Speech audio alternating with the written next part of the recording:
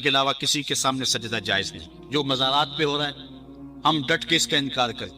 اور اس کے ساتھ پھر خرافات یہ جو شامل ہو چکی ہیں اس نے معاشرے کو پیس کے رکھ دیا ہے. بلکہ ہمارے امام احمد رضا خان فاضل بریلوی نے لکھا ہے، آپ فرماتے ہیں کہ سجدہ قبور بالاتفاق حرام ہے اور طواف قبور بالاتفاق حرام، زیارت قبور بالاتفاق جائز ہے، بوسہ قبور مختلف فی ہے، احوط یہ ہے کہ نہ دیا جائے. یعنی بوسے سے بھی اگر گریز کر لیا جائے تو کسی کو کوئی اور شائبہ نہ ہو تو یہ بھی بہتر ہے. لیکن خیر بوسے کے بارے علماء قائل ہے، اس پر دلائل بھی موجود ہیں. لیکن قبروں کے سامنے یوں ہی کھڑے ہو جانا اور کھڑے ہو کر کے یوں سر جھکانا یہ جائز نہیں ہے. علامہ اقبال کہتے ہیں کبھی تم نے دیکھا کوئی کتا بھی کسی کتے کے آگے سر جھکاتا ہو؟ یہ تو اس کو بھی پتہ ہے کسی کے آگے سر نہیں جھکانا. حضرت مجدد کی تعلیم کیا تھا؟ یہی بات آئی تھی اکبر میں کہ سجدہ نہیں کرتے تو ساری جھکا دی. آپ نے فرمایا نہیں جھکاؤں. پھر اس نے آپ کو دربار میں بلوایا، سازش کی، دروازہ چھوٹا رکھا کہ حضرت مجدد الفسانی جب داخل ہوں گے تو سر جھکا کے تو گزریں گے تو کہوں گا لو سر جھکا ہی لیا. لیکن جن کے سر کو اللہ بلند کرے کون جھکا سکتا ہے؟ حضرت مجدد جب دروازے پہ پہنچے تو سمجھ گئے کہ یہ میرے لیے ایک جال بنا گیا ہے کہ جھکوں گا تو گزروں گا. آپ نے پہلے اپنی ٹانگیں داخل کی. تو اقبال خراج پیش کرتا ہے، حاضر ہوا میں شیخ مجدد کی لحد پر، وہ خاک کے زیر فلک مطلع انوار، گردن نہ جھکی جسری جہانگیر کے آگے، جس کے نفس گرم سے ہے گرمی احرار، وہ ہند میں سرمایہ ملت کا نگہبان، اللہ نے بر وقت کیا جس کو خبردار. اس لیے کسی کو اپنے سامنے جھکانا یا کوئی میرے لیے کھڑا ہو، حضور نے یہ بھی فرمایا کہ جو شخص یہ ارادہ رکھے کہ میرے لیے لوگ کھڑے ہوں اپنا ٹھکانہ جہنم میں تلاش کرے. آج اگر کوئی کھڑا ہو جائے تو یہ اس کی مرضی. اور حضرت سعد آئے، حضور نے فرمایا قوموا الی سیدکم، یہ تمہارا سردار آیا، اس کا اٹھ کے استقبال کرو. لیکن اگر کوئی خود چاہے کہ میرے لیے کھڑے ہو تو اس کے لیے یہ وعید فرمائی. اس طرح اگر تمہارے کوئی ہاتھ چوم لیتا ہے لیکن ہاتھ چومنے کے بغیر یوں گردن جھکانا یہ درست نہیں ہے، لیکن ہاتھ چومنے کے لیے تو وہ صحابہ کے عمل سے ثابت ہے. لیکن اگر کوئی چاہے کہ میرے ہاتھ چومے جائے اور اگر جو نہیں چومتا تو اس سے ناراض ہو جاتے ہیں. میں ایک دفعہ ایک صاحب کو ملنے گیا تو ہم ہر شخص کے ہاتھوں نہیں نہ چومتے، آخر جو ہے وہ کسی کے ہاتھ چومنے ہو تو پھر کچھ دیکھنا بھی تو ہوتا ہے. دل اسے دے دے جو دل بھر ہی نہ ہو. تو ہم تو کسی کے ہاتھ چومتے ہیں نا، ہم وہ ہاتھ چومتے ہیں، وہ پاؤں چومتے ہیں جو راہ حق کے مسافر ہوتے ہیں.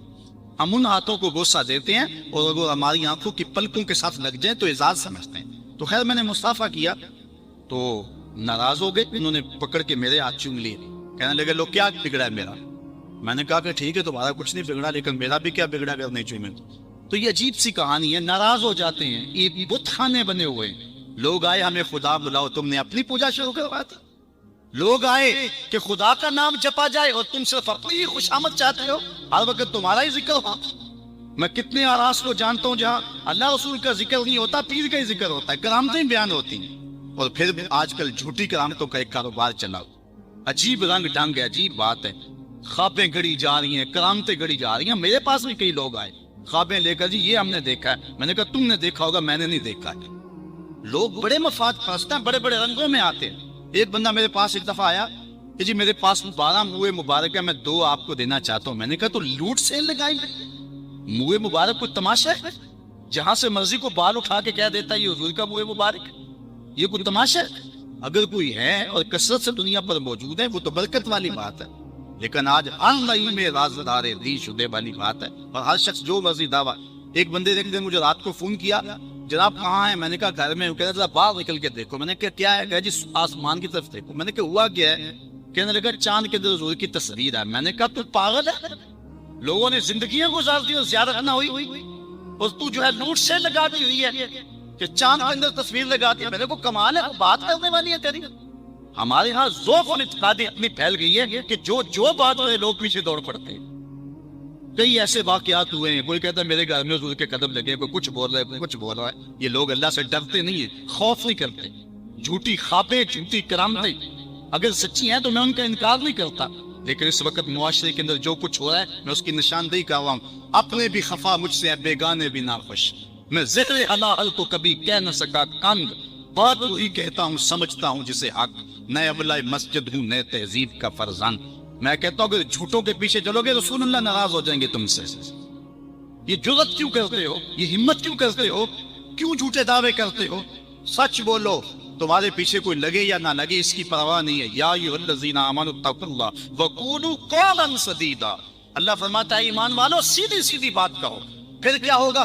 یصلح لکم اعمالکم ویغفر لکم ذنوبکم. وہ تمہارے اعمال بھی ٹھیک کر دے گا، تمہارے بخشش بھی فرما دے گا.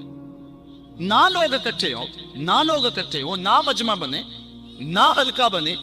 یار یہاں تو 72 ہو تو وہ بھی قبول ہے. یہاں مقدار نہیں دیکھی جاتی، یہاں معیار دیکھا جاتا ہے. سر نہیں گنے جاتے، دل گنے جاتے ہیں. یہاں یہ دیکھتے ہیں. مت لوگوں کو جو ہے وہ کھلونے دے کے بہلاؤ اور لوگوں کی عقیدتوں کو لوٹو اور لوگوں کے ساتھ ظلم کرو، زیادتی کرو اور اپنی آخرت بھی کالی کرو اور لوگوں کی آخرت بھی کالی کرو. آپ دیکھیں دائیں بائیں، اپنی نظر رکھی نگہباں بن کے جو اہل چمن کی آبرو لوٹے. چمن والو عقیدت چھوڑ دو ایسے نگہباں کی. کوئی حق کا مسافر تلاش کا ہو، چاہے اس کے کپڑے پھٹے ہوئے ہوں، کرامت اس کی نہ ہو ساری زندگی کے اندر، لیکن محمد عربی کی غلامی تو ہو نا. حضرت شاہ نقشبند بخاری سے کسی نے پوچھا حضور آپ کی کوئی کرامت؟ فرمانے لگے اس سے بڑی کرامت کیا ہو سکتی ہے؟ اتنے گناہوں کے باوجود زمین پہ چل رہا ہوں اور زمین مجھ کو دنسا نہیں لیتی اپنے اندر. ہمارے بزرگوں کی تو کہانیاں یہ تھیں اور آج تھوک کے حساب سے کرامتیں دی جا رہی ہیں. آج کے پیروں کی اتنی کرامتیں، غوث پاک کی بھی اتنی کرامتیں بیان نہیں ہوتی جن کی ان کی کرامتیں بیان ہو رہی ہیں. دڑا دڑ کرامتیں بیان کر رہا ہے. ایک بندے کا بچہ پیدا ہوا اور اس نے یہ شور کر دیا کہ یہ رمضان کے دنوں میں دودھ نہیں پیتا، اس لیے کہ حضرت غوث پاک بھی نہیں پیتے تھے، وہ بھی پیدائشی غوث تھے اور یہ بھی پیدائشی غوث ہے اور رمضان کے دنوں میں دودھ نہیں پیتا. اچھا کوئی 2-4 ماہ گزرے تو اس غوث کی ماں کو طلاق دے کے نئی عورت سے شادی کر لی. میں نے کہا کم از کم اتنا تو خیال رکھتے، جس نے غوث جنم دیا ہے اس کو تو عزت سے گھر سے رکھتے. تو یہ کیا تماشے ہیں؟ کیا لوگ بے وقوف ہیں؟ اب لوگ سمجھنے لگے ہیں. لوگ جو ہے وہ ان وجہ سے پھر دور دین سے ہوتے ہیں. نقصان یہ ہوتا ہے. لیکن میں آپ کو کہتا ہوں دنیا سے حق ناپید نہیں ہوا. اگر مداری گر موجود ہے، ڈاکو لٹیرے اور چور موجود ہے تو حق کا ڈنڈورا دینے والے بھی اس دھرتی پہ بستے ہیں. ہمارا رویہ یہ ہے کہ ہم کسی ایک شخص سے بدزن ہو جاتے ہیں تو پورے طبقے سے بدزن ہو جاتے ہیں. کئی بندوں کو میں سنا میں دیکھا ہوا ہے پیروں کو اور تو نے دیکھے ہوئے ہی نہیں، جن کو مل کر زندگی سے عشق ہو جائے وہ لوگ شاید آپ نے دیکھے نہ ہو، مگر ایسے لوگ بھی ہیں کہ جن کو دیکھ کر کے زندگی گزارنے کا ڈھب آ جاتا ہے، سلیقہ اور طریقہ آ جاتا ہے. ان لوگوں کی تلاش کرو. اگر ایک دکان سے کپڑا صحیح نہ ملے، سودا صحیح نہ ملے تو آپ جو ہے کیا کھانا پینا چھوڑ دیتے ہیں؟ آپ کو پتا پورے شہر سے مٹھائی کہاں سے اچھی ملتی ہے، آپ کو پتا پورے شہر سے کپڑا کہاں سے اچھا ملتا ہے، آپ کو پتا پورے شہر میں جو ہے وہ فلاں چیز اچھی کہاں سے ملتی ہے. دین بھی ڈھونڈو کہاں سے خالص ملتا ہے اور کہاں سے نہ خالص ملتا ہے. اس کے لیے محنت کرنی پڑے گی. جھولی میں یوں نہیں ڈال دیا جائے گا، اس کے لیے تمہیں جانا پڑے گا، کوشش کرنی پڑے گی. ہاں 1 سے دھوکہ کھاؤ گے، 2 سے کھاؤ گے، 3 سے کھاؤ گے، لیکن جو تم دھوکہ کھاؤ گے تم تو رب کے نام پہ کھاؤ گے نا. حضرت عمر رضی اللہ تعالیٰ عنہ کی عادت تھی جو غلام لمبی نمازیں پڑھتا اس کو آزاد کر دیتے. غلاموں کو سمجھ آ گئی، لمبی نمازیں پڑھنی شروع کر دی، آپ آزاد کر دیتے. کسی نے کہا عمر تم تو بھولے آدمی ہو، یہ نمازیں اللہ کے لیے نہیں پڑھتے، یہ آزادی کے لیے پڑھتے. تو حضرت عمر نے کہا یہ مجھے اللہ کے نام پہ دھوکہ دیتے ہیں، میں 100 بار کھانے کے لیے تیار ہوں. ایک جگہ سے دھوکہ کھایا، 2 سے کھایا، 3 سے کھایا، 4 سے کھایا. جب تمہاری نیت ٹھیک ہوگی منزل ضرور ملے گی. یہ ہو نہیں سکتا. خورش دے پتوا جو تب کو امام کہ یک روز افتد ہمائے بادام. سادی کہتے ہیں چارہ ڈالتا جا، دانا ڈالتا جا، کبھی تتر آئے گا، کبھی مور آئے گا، کبھی کبوتر آئے گا، پھر ایک دن جس کو تو تلاش کرتا ہے وہ ہما بھی تو آ ہی جائے گا نا. اس لیے حق کے سفر کو نہ چھوڑنا، چلتے رہنا اور راہ حق کی جو ہے منزل پر جو ہے وہ انشاءاللہ ایک دن ضرور گامزن ہوگے. بات لمبی ہو رہی ہے، ہم نے اپنی اصلاح ان سارے پوائنٹس میں کرنی ہے. میں آپ کو 4-5 باتیں خاص طور پہ ضرور عرض کرنا چاہتا ہوں. ایک، اپنے عقیدے کی اصلاح کریں، اس میں کوئی پل پلا پن نہ آنے دیں اور کوئی اس کے اندر کوئی نرمی نہ آنے دیں. جس شخص کے سینے میں حضور علیہ الصلوۃ والسلام کے لیے بغض دیکھیں ایک لمحے میں اس سے جدا ہو جائے. جس کے سینے میں، جس کی زبان پر صحابہ کے لیے کوئی نازیبا لفظ دیکھیں ایک لمحے کے لیے اس سے جدا ہو جائے. جو اہل بیت کو ڈھونکتا ہو پرواہ نہ کرے اس کی، چاہے قریبی رشتہ دار کیوں نہ. اولیاء اللہ کی عظمت جس کے سینے میں نہ ہو اس کی دوستی کو ایک لمحے سے اپنے سے دور کرتے ہیں. علامہ رومی کہتے ہیں کہ تا توانی دور شو از یار بد، یار بد بدتر بد از مار بد. جتنی جلدی ہو سکتا ہے اپنے یار سے دور ہو جا. چونکہ برا یار برے سانپ سے بھی برا ہے، اس لیے سانپ لڑتا ہے تو جان جاتی ہے، یار لڑتا ہے تو ایمان جاتا ہے۔ اس لیے برے یار سے بچ، اپنی حفاظت کر، اپنے عقیدے کی اصلاح کر۔ اس کے بعد دوسری بات جو اہم ہے، والدین کو کبھی اذیت نہ دینا۔ یہ میں 5 باتیں آپ کو آخر میں گزارش کے طور پہ اور تاکید کے طور پہ، آج کے پیغام کے طور پہ دینا چاہتا ہوں۔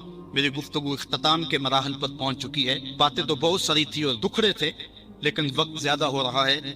تو پہلی بات، عقیدے کی اصلاح کریں اور اس میں کوئی پل پلا پن نہ ہو۔ عقیدہ صحیح نہیں ہے تو کوئی عمل قبول نہیں ہے، کوئی نیکی قبول نہیں، ہر شے برباد۔ دوسری بات، اپنے والدین کی نافرمانی کبھی نہ کریں۔ امام رازی نے لکھا ہے کہ ایک گناہ ایسا ہے جس کی سزا آخرت میں تو ملتی ہی ملتی ہے، دنیا پر بھی ضرور ملتی، اور وہ والدین کی نافرمانی۔ اور ایک نیکی ایسی ہے جس کا فائدہ آخرت میں تو ہوتا ہی ہوتا ہے، دنیا میں بھی ضرور ہوتا ہے، اور وہ والدین کی فرما برداری۔ نہیں تو نشان لگا رہے شخص پہ جو والدین کا گستاخ ہے، ساری زندگی اس کو ذلیل ہوتے دیکھیں گے۔ اور اس شخص پہ بھی نشان لگا رہے جو والدین کا فرما بردار ہے، زندگی میں آپ اس کی پگڑی کو کبھی جھکا ہوا نہیں دیکھیں گے، اللہ اس کی عزت کی حفاظت کرے گا۔ اور والدین کے لیے جو شخص روزانہ دعا کر دیتا ہے، میں نے کتب میں پڑھا ہے، ساری زندگی اس کے رزق میں بے برکتی نہیں آتی۔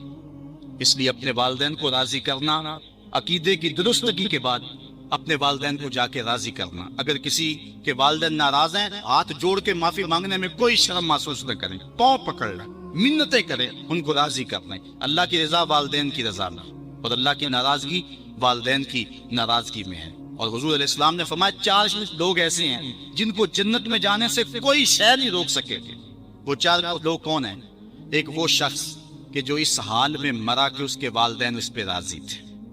دوسرا وہ شخص کہ جس نے ایسی سچی توبہ کی کہ گناہ کی طرف دوبارہ پلٹنا اس کے لیے اتنا مشکل تھا جس طرح تھن سے نکلا ہوا دودھ واپس جانا مشکل۔ تیسری وہ عورت جو اس حال میں دنیا سے رخصت ہوئی کہ اس کا شوہر اس کے اوپر راضی تھا۔ اور چوتھا وہ شخص کہ جس کے بال بچے زیادہ تھے، ذرائع آمدنی تھوڑے تھے، لیکن اس کے باوجود اس نے اپنے بچوں کے پیٹ میں حرام کا ایک لقمہ نہیں جانا دیا۔ تیسری بات، اپنی نظر اور شرمگاہ کی حفاظت کر۔ اس دور کا سب سے بڑا فتنہ یہ ہے کہ نگاہیں پاک نہیں ہیں، نگاہیں غلیظ اور گندی ہو گئی، شرمگاہوں میں وہ تقدس نہیں رہا۔ حضور علیہ السلام نے ارشاد فرمایا، من زنا زنیا بہی ولو بہی تانے دارہی، جس شخص نے زنا کیا یہ عمل اس کے گھر بھی لوٹے اگرچہ اونچی اونچی دیواریں کیوں نہیں کر۔ یہ مقافات عمل ہے۔ گندم از گندم فروید جوز جو، از مقافات عمل غافل مشو۔ گندم بو گے تو گندم کاٹو گے، جو بو گے تو جو کاٹو۔ نظر کو تقدس دو، نظر کو پاکیزگی دو۔ حضرت لقمان حکیم کہتے ہیں کہ میں کئی نبیوں سے ملا ہوں، کئی نبیوں سے ملاقات کی ہے، اور میں ان سے 2-2 4-4 باتیں جمع کی ہیں، اور ان ساری باتوں کو میں نے جمع کر کے 100 باتیں جمع کی ہیں، اور ان کا پھر میں نے خلاصہ تیار کیا ہے۔ ان میں 8 باتیں الگ کی ہیں۔ ان 8 باتوں میں ایک بات یہ ہے، جب کسی کے گھر جاؤ تو نظر کو حفاظت میں رکھو۔ جس شخص کے مہمان بنو، جس کے گھر جاؤ، تمہاری نظر نہ بھٹکنے پائے۔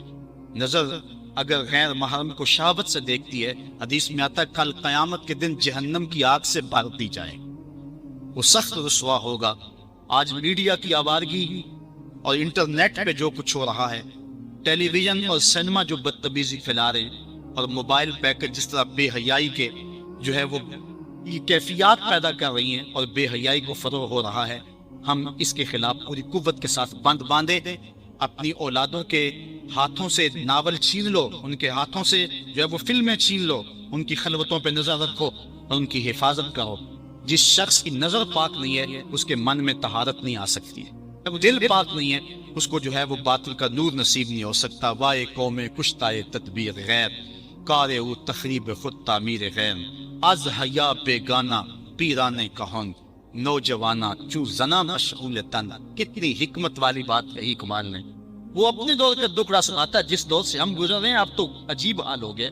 اقبال کہتا ہے یہ جو میرا دور ہے، جوان تو جوان رہے، بوڑھوں کی نظروں میں حیا نہیں رہا۔ از حیا بیگانہ پیرانے کہن، بوڑھے لوگوں کی آنکھوں میں بھی اقبال کہتا ہے حیا نہیں رہا۔ نوجوانہ چو زنا مشغول تن، اور نوجوان عورتوں کی طرح اپنے تن کے ساتھ لگے ہوئے ہیں۔ حضرت معاذ بن جبل رضی اللہ تعالیٰ عنہ فرماتے ہیں حضور نے ہم سے 10 باتوں کا عہد لیا۔ پہلی وہی چیز کہ اللہ کے ساتھ کسی کو شریک نہ ٹھہرانا، اگرچہ تجھے جلا دیا جائے اور تجھے قتل کر دیا جائے۔ دوسری وصیت یہ کی کہ اپنے والدین کی کبھی نافرمانی نہ کر، اگرچہ تجھے تیرے گھر سے نکال دے، تیرے اہل سے نکال دے، بچوں سے دور کر دے، لیکن پھر بھی ان کی نافرمانی نہیں کرنی، کیونکہ والدین کی نافرمانی کرنے والا دنیا پہ بھی رسوا ہوتا ہے، آخرت میں بھی رسوا ہوتا ہے۔ امام غزالی نے لکھا ہے کہ ایک جرم ایسا ہے کہ جس کی سزا آخرت میں تو ہے ہی ہے، دنیا میں بھی ضرور ملتی ہے، وہ والدین کی بے ادبی ہے، اور ایک نیکی ایسی ہے جس کی جزا آخرت میں تو ہے ہی ہے، دنیا میں بھی ضرور اس کا صلہ ملتا ہے، اور وہ والدین کا ادب ہے۔ اس شخص پہ نشان لگا لیں جو والدین کا بے ادب ہے، آپ اس کو ذلیل و رسوا ہوتا ضرور دیکھیں گے، اور اس شخص پہ بھی نشان لگا لیں جو والدین کا مؤدب ہے، فرما بردار ہے، اس کی پگڑی کا کنس کبھی نیچا ہوتا نہیں دیکھیں گے آپ۔ تو والدین کے ساتھ اس نے سلوک کرنے کی تلقین کی گئی۔ حضور نے تیسری وصیت یہ کی کہ فرض نماز جان بوجھ کے ترک نہ کرنا، جس نے جان بوجھ کے فرض نماز ترک کی اللہ اس سے اپنا ذمہ اٹھا لیتا ہے۔ اللہ کا ایک ذمہ ہوتا ہے جو بندوں کا اس نے لیا ہوتا ہے اپنے محض کرم سے، تو پھر وہ ذمہ اٹھا لیتا ہے۔ پھر وہ دیکھیے اللہ ذمہ اٹھا لے تو پھر وہ سوائے ذلیل ہونے کے اور کیا اس کا مقصود ہوگا، تو ذلت ہی ذلت اس کا مقدر ہوگا۔ اللہ اکبر۔ آج ہم کہتے ہیں پوری دنیا کے اوپر کہ مسلمان کیوں ذلیل اور کیوں رسوا ہو رہے ہیں، 5-7% مسلمان جو ہے وہ نمازی ہیں، تو پھر جب یہ حالات ہوں گے تو پھر اللہ اپنا ذمہ اٹھا لے گا۔ جب وہ اپنا ذمہ اٹھا لے گا تو پھر ہمیں جو مرضی توڑے، جو مرضی مارے، پھر اس کا ذمہ اٹھ گیا تو وہ ذمہ ہم سے اٹھا لیتا ہے اگر ہم اس کے حضور سجدہ ریزیاں نہیں کرتے۔ اور یہ بھی حضور نے وصیت کی کہ کبھی شراب نہیں پینی، اس لیے کہ ہر بے حیائی کی جڑ ہے، اور فرمایا معصیت سے، گناہ سے بچنا، اگر کوئی گناہ کرتا ہے تو پھر اللہ تعالیٰ اس سے ناراض ہو جاتا ہے۔ وہ چھٹی بات حضور نے یہ ارشاد فرمائی کہ جب جنگ میں کھڑے ہو تو پھر پیٹھ دکھا کے بھاگنا نہیں ہے، اگرچہ لوگ کٹ کٹ کے گر رہے ہو تو میں صلی اللہ العافیہ، اللہ سے عافیت مانگو، یعنی اللہ سے مانگو عافیت، بیماری نہ مانگو، آزمائش نہ مانگو، مشکل نہ مانگو، لڑائی نہ مانگو، جنگ نہ مانگو، لیکن اگر پڑ جائے تمہارے اوپر تو پھر استقامت دکھاؤ، پھر بھاگنا نہیں ہے، اور یہ کبائر میں سے جنگ سے بھاگ جانا۔ تو فرمایا کہ اگرچہ لوگ کٹ کٹ کے گر رہے ہوں تو جنگ سے بھاگنا نہیں ہے، اور یہ بھی وصیت لی کہ کسی جگہ پہ کوئی بیماری آ جائے اور لوگ موت کا شکار ہو جائیں تو پھر ثابت قدم رہنا ہے، وہاں کو چھوڑ کے بھاگنا نہیں ہے۔ اور 8ویں وصیت حضور نے یہ لی کہ اپنے اہل و عیال پر، اپنے بچوں پر، اپنی بیوی پر اپنی استطاعت کے مطابق کھل کے خرچ کرو، بخل نہ کرو، ان سے ان کی ضروریات کو صحیح پورا کرو۔ اور 9ویں حضور نے یہ وصیت کی کوڑا لٹکا کے رکھو، ان کو ادب سکھانے کے لیے، دین سکھانے کے لیے، اور ان کو اچھائیوں کا خوگر بنانے کے لیے، برائیوں سے بچانے کے لیے باپ گھر کے اندر جو ہے وہ کوڑا لٹکا کے رکھے، چھڑی لٹکا کے رکھے۔ یعنی مطلب کیا کہ اولاد کو پتہ ہو کہ اگر ہم نے نافرمانی کی اور اللہ کے حکموں کو توڑا، ہم نماز نہ پڑھی تو پھر یہ ہمارے اوپر ڈنڈا برسے گا بھی، تو ان کو جو ہے وہ اس طرح ان کے اوپر جو ہے یہ پریشر رکھو۔ اور 10ویں وصیت یہ کی کہ ان کے سینے میں اللہ کا خوف، اللہ کی خشیت پیدا ہونی چاہیے۔ جس سینے میں اللہ کی خشیت ہوتی ہے، اوقات ایسے ہیں جن اوقات میں دعا بہت جلد قبول ہوتی ہے۔ جب لشکر آمنے سامنے کھڑے ہو جائیں، کفر اور اسلام کی لڑائی ہو اور سارے صفیں باندھ لیں، تو حدیث میں آتا اس وقت آسمان کے دروازے کھل جاتے ہیں اور جو دعا مانگو اللہ اس وقت پوری فرماتا ہے۔ اسی طرح اذان اور اقامت کے درمیان جو دعا مانگی جائے اللہ اسے رد نہیں فرماتا۔ جب بارش برس رہی ہو تو برستی بارش کے موسم میں جو دعا مانگو اللہ اس دعا کو بھی قبول فرماتا ہے، اور سجدے میں جو دعا مانگی جائے اس دعا کو بھی رد نہیں کیا جاتا، اللہ اس دعا کو بھی قبول فرماتا ہے۔ دعا مانگنے کا ادب یہ ہے کہ قبلہ کی طرف منہ کر کے کھڑے ہو جائیں یا بیٹھ جائیں اور اپنے دونوں ہاتھ یا اپنے سینے کے برابر اور یا اپنے کندھوں کے برابر پھیلا لیں. سیدھے ہاتھوں سے مانگے، الٹے ہاتھوں سے نہ مانگے. حضور علیہ السلام جب ہاتھ پھیلاتے تھے صحابہ فرماتے ہیں حضور کی بغلوں کی سفیدی نظر آنے لگتی تھی. تو اپنے ہاتھ پھیلا لیں اللہ کے حضور. یہ مانگنے کا ادب ہے اور مانگنے کا طریقہ ہے. آسمان کی طرف نظر نہ اٹھائیں بلکہ اپنے ہاتھوں کی طرف نظر رکھیں اور اللہ سے مانگیں. دعا مانگنے کا ایک ادب یہ ہے کہ دعا میں سجا نہ ہو، یعنی تکلف کر کے جوڑ اور ردیف اور قافیہ ملانے کی کوشش نہ کریں. اگر کسی کی گفتگو مکفّہ مسجع ہوتی ہے اور وہ تکلف کے بغیر جو ہی جب بولتا ہے تو اس کی گفتگو ایسی خوبصورت ہوتی ہے تو وہ تکلف سے باہر ہوگی. ورنہ لفظ جوڑ جوڑ کے اور تکلف کے ساتھ لفظوں کی کتاریں لگانا تو توجہ بٹ جائے.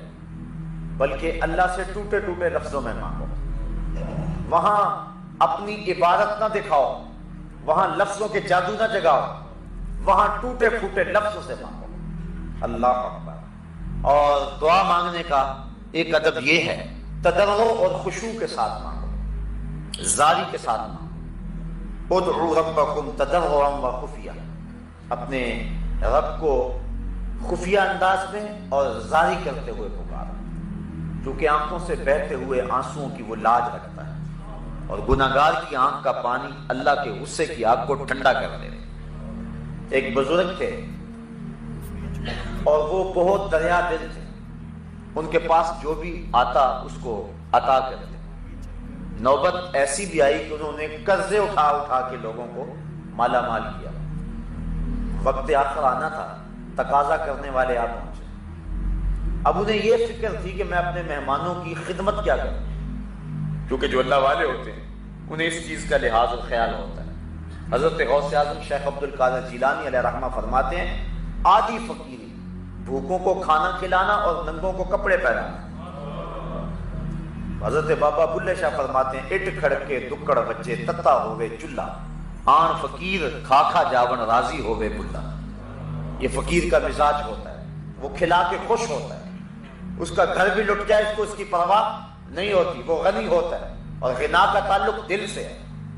شیخ سعدی فرماتے ہیں سخاوت بدل است نہ بمال، بزرگی بعقل است نہ بسال. بزرگی عقل سے ہوتی ہے، سالوں سے نہیں ہوتی. اور جو غنا ہے وہ دل سے ہوتی ہے، مال سے نہیں ہوتی. انہیں یہ فکر لاحق تھی کہ یہ میرے مہمان آئے بیٹھے ہیں، ان کی خدمت کریں گے. ایک بچہ حلوہ بیچتا تھالی میں رکھ کے گزرا اور آواز لگائی. بابا جی نے کہا کہ یہ میرے مہمانوں کو کھلا دو، میں تمہیں پیسے دے دیتا ہوں. اس نے شکر کیا کہ میں نے شام تک بیچنا تھا، ایک لمحے میں میرا کام بن گیا، سارا مہمانوں کو کھلا دیا. کہا بابا جی پیسے کہاں، بیٹھ گئے. بچہ بیٹھ گیا. 2 4 10 لمحے گزرے. اس نے پھر کہا بابا جی پیسے. کہا ان سب نے پیسے لینے ہیں، جب انہیں دوں گا تمہیں بھی دے دوں گا. بچے نے جب یہ سنا تو اٹھ کے رونا شروع کر دیا. اس نے کہا کہ بابا جی میری ماں میرے انتظار میں بیٹھی ہوئی اور میں یتیم بچہ ہوں، میرے گھر کا چولہا صرف اسی پہ جلتا ہے اور تم میرے پیسے روک کے بیٹھ گئے ہو. بچے نے زاروں کی طرح رونا شروع کر دیا. بچہ رویا، اللہ کی رحمت کو جوش آیا. اور کوئی شخص اشرفیوں کی تھیلی لے کر بابا جی کی خدمت میں نظر پیش کرنے آیا. انہوں نے جتنا بھی تقاضے کرنے آئے تھے سب کا قرض چکا دیا، بچے کا بھی قرض چکا دیا. جو قرض خواہ تھے انہوں نے کہا بابا جی ہم اتنی دیر کے بیٹھے ہیں اور کوئی نذرانہ نہیں آیا تھا اور یہ ابھی آیا ہے اور کام بن گیا. فرمایا تمہارے اندر اتنی دیر سے کوئی رونے والا نہیں تھا، ایک رونے والا آیا تو باقیوں کا بھی کام بن گیا. تو جب دعا مانگیں تو تضرع اور زاری کے ساتھ دعا مانگیں. اللہ گناہگار کی آنکھ سے بہے ہوئے آنسوؤں کی لاج رکھتا ہے. دعا لفظوں کے تکرار کا نام نہیں بلکہ بندگی کے اظہار کا نام ہے. جو بات بندہ کسی سے نہیں کہہ سکتا وہ بات اپنے رب سے کہتا ہے. دنیا کے کسی شخص سے مانگیں، دونوں صورتوں میں انسان کا سر جھک جاتا ہے. وہ انکار کر دے تب بھی اور وہ جھولی بھر دے تب بھی. عارف عبد المتین نے کیا خوب کہا تھا اور جتنے بھی سہارے ہیں سبق کرتے ہیں، عزت نفس بڑھاتا ہے سہارا تیرا، ہر آسرا بندے کو کمزور کرتا ہے، اور احسان جتلانے کے کوئی نہ کوئی ڈھب اور طریقے انسان کی طبیعت اور فطرت ڈھونڈ لیتی ہے، لیکن مالک کے در پہ جو دست سوال دراز کرتا ہے، مالک اس کی جھولی رحمت سے بھرتا بھی ہے اور اس پہ خوش بھی ہوتا ہے۔ وہ فرشتوں کو کہتا ہے کہ دیکھو میرا بندہ میری چوکھٹ پہ آیا ہے اور میں اس کی جھولی بھرتا ہوں۔ اوروں سے مانگیں تو ناراض ہوتے ہیں، اللہ سے نہ مانگیں تو ناراض ہوتے ہیں۔ قل ما یعبؤ بکم ربی لولا دعاؤکم، اے محبوب فرما دو اے لوگو اگر تم نہیں مانگو گے تو پھر وہ بھی پرواہ نہیں کرے گا، تم مانگتے رہو وہ جولیاں بھرتا رہے گا۔ وَإِذَا سَأَلَكَ عِبَادِي أَنِّي فَإِنِّي قَرِيبٌ، اے محبوب میرے بندے تیرے پاس آ کے جب میرا پتہ پوچھیں تو ان آنے والوں کو کہہ دیجئے، بتلا دیجئے میں دور نہیں قریب ہوں، مل جاؤں گا۔ اجیب دعوت الداع اذا دعان، اور جب کوئی مانگنے والا مجھ سے مانگتا ہے تو میں اس کی جھولیاں بھر دیتا ہوں، اس کو رحمتوں سے، کرم نوازیوں سے، اور جو اس کی طلب اور چاہت ہے اللہ تعالیٰ مالا مال فرما دیتا ہے۔ حضور نبی رحمت صلی اللہ علیہ وآلہ وسلم نے فرمایا ان الدعاء هو العبادہ، بے شک دعا عبادت ہی ہے۔ اور ایک دوسری حدیث کے لفظ ہیں جس کو امام ترمذی نے اپنی سند کے ساتھ بیان کیا ہے، الدعاء مخ العبادہ، دعا عبادت کا مغز ہے، عبادت کی جان ہے۔ ایک اور حدیث کے پرنور الفاظ ہیں الدعاء مفتاح الرحمہ، دعا رحمت کی چابی ہے۔ الدعاء سلاح المومن، مومن کا اسلحہ ہے۔ وعماد الدین، اور دین کا ستون ہے۔ ونور السماوات والارض، زمینوں کا بھی نور ہے آسمانوں کا بھی نور ہے۔ حضرت ابو ہریرہ رضی اللہ تعالی عنہ سے روایت مروی ہے لیس شیء اکرم عند اللہ من الدعاء، اللہ کے نزدیک دعا سے زیادہ عزت والی کوئی چیز نہیں ہے۔ وہ سب سے زیادہ اس بات کو پسند کرتا ہے کہ میرا بندہ میرے حضور دعا کرے۔ اور ایک حدیث کے لفظ ہیں کہ جو شخص خوشحالی کے دنوں میں دعا کرتا ہے اللہ تعالیٰ تنگی کے دنوں میں اسے یاد رکھتا ہے۔ جب خوشحالیاں ہوں، جب اللہ آسودگی اور بہاریں عطا فرمائیں، تو جب تنگی کے دن ہوں تو اللہ تعالیٰ جل شانہ اس پر اپنی رحمتوں اور کرم نوازیوں کا نور نازل فرماتا ہے۔ تو دعا مومن کا ہتھیار بھی ہے، رب سے گفتگو بھی ہے، نیاز مندی اور عجز کا طریقہ بھی ہے، رب کو منانے کا سلیقہ بھی ہے، بندے اور معبود کے درمیان راز و نیاز بھی ہے، ایک دکھے ہوئے دل کی اپنے محبوب کے سامنے فریاد بھی ہے، اور جو بات بندہ کسی کے سامنے بھی نہیں کرتا کہ لوگ مذاق اڑائیں گے، وہ بغیر کسی تردد کے اپنے رب کے سامنے پیش کر دیتا ہے۔ اگر کسی سے مانگنا ہو تو وقت مناسب ڈھونڈنا پڑتا ہے کہ اس وقت تو فلاں کے سونے کا وقت ہے، لیکن رب کے حضور جب بھی حاضر ہو اس کا در کھلا ہوا پاؤ گے، دن کو آؤ یا رات کو، گرمی میں آؤ یا سردی میں، موسم کوئی بھی ہو، رت اور زمانہ کوئی بھی ہو، پھر جس لہجے جس زبان میں تم مانگنا چاہو تمہارا رب تمہیں دے گا۔ یہ لازمی نہیں ہے کہ شادی کا انداز ہو یا جامی کی شوخی ہو تو پھر ہی دعا قبول ہوتی ہے، یا اقبال کی ادائے کلندرانہ ہو تو پھر ہی دعا ہوتی ہے، وہ تو گونگوں کی صدائیں بھی سنتا ہے۔ یوں ہی ہاتھ پھیلا دو، نظم میں بولو، نثر میں بولو، عربی میں بولو، ہندی میں بولو، تمہارے پاس صحبان کا لہجہ نہیں ہے، تمہارے پاس لبید کا لہجہ نہیں ہے، تمہارے لفظ ٹوٹے پھوٹے ہیں، تم ہاتھ پھیلا دو، وہ ٹوٹے ہوئے لفظوں کی بھی لاج رکھے گا۔ وہ تو دل کی دھڑکنوں کی صدا بھی سنتا ہے، وہ تو کالی رات کے اندھیرے میں کالے پتھر پر کالے رنگ کی چیونٹی کے پاؤں سے جو آواز پیدا ہوتی ہے تمہارا رب ارا زبیب النملۃ السودا، اس کالی چیونٹی کے پاؤں کی جو رگڑ ہے اس کو بھی تمہارا رب سنتا ہے۔ تو اس لیے جب بھی بولو سرگوشی میں بولو، پکار کے بولو، اپنے لیے مانگو، اوروں کے لیے مانگو، مانگ لیا پھر مانگو، بار بار مانگو، 100 بار مانگو، جس لہجے جس انداز میں مانگو تمہارا رب تمہاری جھولیاں بھرنے والا ہے۔ لیکن کچھ وقت، کچھ جگہیں، کچھ مقام ایسے ہیں کہ جہاں ایک مانگو تو کروڑ عطا کرتا ہے۔ کچھ اوقات شریفہ ہیں، کچھ مقامات شریفہ ہیں، یعنی کچھ جگہیں ایسی ہیں۔ میدان عرفات میں مانگو، کعبۃ اللہ کے سامنے مانگو، ملتزم پہ مانگو، اور جہاں اللہ کی رحمتوں کے اترنے کا یقین و اذعان ہے وہاں مانگو، کسی نیک بندے کے پاس بیٹھ کر کے مانگو۔ تو جہاں مواقع اچھے ہیں وہاں مانگو تو عطا کرتا ہے۔ پھر کچھ دن اور کچھ لمحے ایسے ہوتے ہیں جن لمحوں میں دعا قبول ہوتی ہے۔ یوم عرفہ کو مانگو، ہفتے کے اندر جو دن ہیں 7 ان میں جمعے کے دن مانگو، مہینوں میں رمضان کے ماہ نور میں مانگو۔ اسی طرح ساعتوں اور گھڑیوں کو لیں تو پچھلی رات کے درمیانی حصے میں مانگو، فرض نمازوں کے بعد مانگو تو وہ تمہارا رب تمہاری دعاؤں کو مستجاب فرمائے گا۔ دعاؤں، التجاؤں اور تمناؤں کو اپنے رب کے حضور پیش کرنا، یہ اپنے رب سے ہم کلام ہونے کا ایک بہانہ ہے۔ ایک بزرگ سے پوچھا گیا دعا کیا ہے؟ کہا ایک گناہ کیا تھا، 20 سال ہو گئے توبہ کرتے ہوئے۔ ایک گناہ کیا تھا، 20 سال توبہ کرتے گزر گئے، روز اٹھ کے مانگتا ہوں، روز اٹھ کے توبہ کرتا ہوں، روز اٹھ کے اس کے در پہ حاضر ہوتا ہوں۔ تو ایک گناہ کیا تھا اور 20 سال سے مانگ رہا ہوں، 20 سال سے توبہ کر رہا ہوں۔ اس کی چوکھٹ پہ آنے کا ایک بہانہ ہے، تو اس سے مانگتے رہو، اس کے حضور حاضری دیتے رہو، اس کی چوکھٹ پہ اپنا دامن پسارتے رہو، اپنی جھولی پھیلاتے رہو۔